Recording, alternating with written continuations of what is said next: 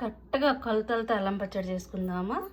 200 గ్రాములు పచ్చిమిర్చి వేసుకుంటున్నాం. కరెక్ట్గా 73 గ్రాముల అల్లం. ఇప్పుడు ఇందులో 2 చెంచాల నూనె వేసుకుందాం. వేసుకున్న తర్వాత పచ్చిమిరపకాయలు వేస్తాం కదా, వీటిని కొంచెం వేపుకోవాలి. ఇలా వేగుతున్నాయి కదా, ఇలా వేపాలి. చూడండి కలర్ ఎలా మారుతుందో.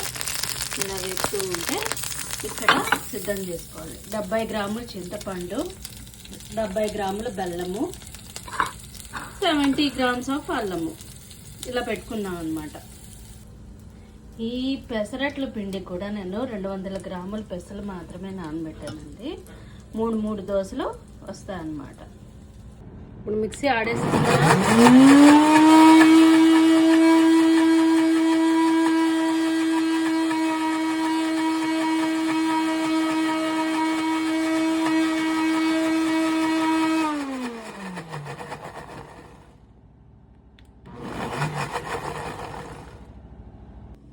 ఇప్పుడు ఇందులో 2 చెంచాల ఆయిల్ వేసుకుని 1 చెంచా ఆవాలు, 1 చెంచా జీలకర్ర, కరివేపాకు, 2 ఎండుమిరపకాయలు వేసుకోవాలి. ఎక్కువ వేస్తే కారం, అందులో కారం వేసాం కాబట్టి ఇక్కడ కారం తగ్గించుకోవాలి.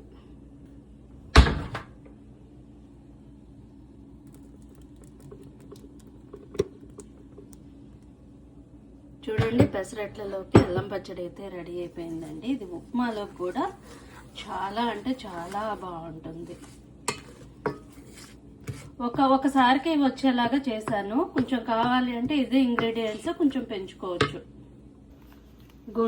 గుంటూరు స్టైలు అల్లం పచ్చడికి కావాల్సినవి టిఫిన్ సెంటర్లో లాగా రావాలంటే 2 టీ స్పూన్ల ఆయిల్ వేడి చేసి 200 గ్రాములు పచ్చిమిర్చి వేసి కాస్త పచ్చివాసన పోయేంత వరకు వేయించి, ఇప్పుడు 75 గ్రాముల అల్లం తరుగు వాటిని కూడా వేయించుకోవాలి. 10 నిమిషాలు పచ్చివాసన పోయేంత దాకా అల్లాన్ని వేయించుకున్న తర్వాత చల్లారించి మిక్సీ పట్టుకోవాలి. అందులో 50 గ్రాముల నుండి 70 గ్రాముల చింతపండు గుజ్జు వేసి దానిని కూడా ఒకసారి ఆడాలి. ఆ తర్వాత 100 గ్రాములు బెల్లం వేసుకోవాలి. 2 చెంచాల ఆయిల్ వేసి 1 టేబుల్ స్పూను ఆవాలు, 1 టేబుల్ స్పూన్ జీలకర్ర, 2 డ్రై చిల్లీస్ వేసుకుని 2 రెమ్మల కరివేపాకు వేసి దించేసుకోవాలి. పెసరట్టులోకి అల్లం పచ్చడి రెడీ అయిపోయింది.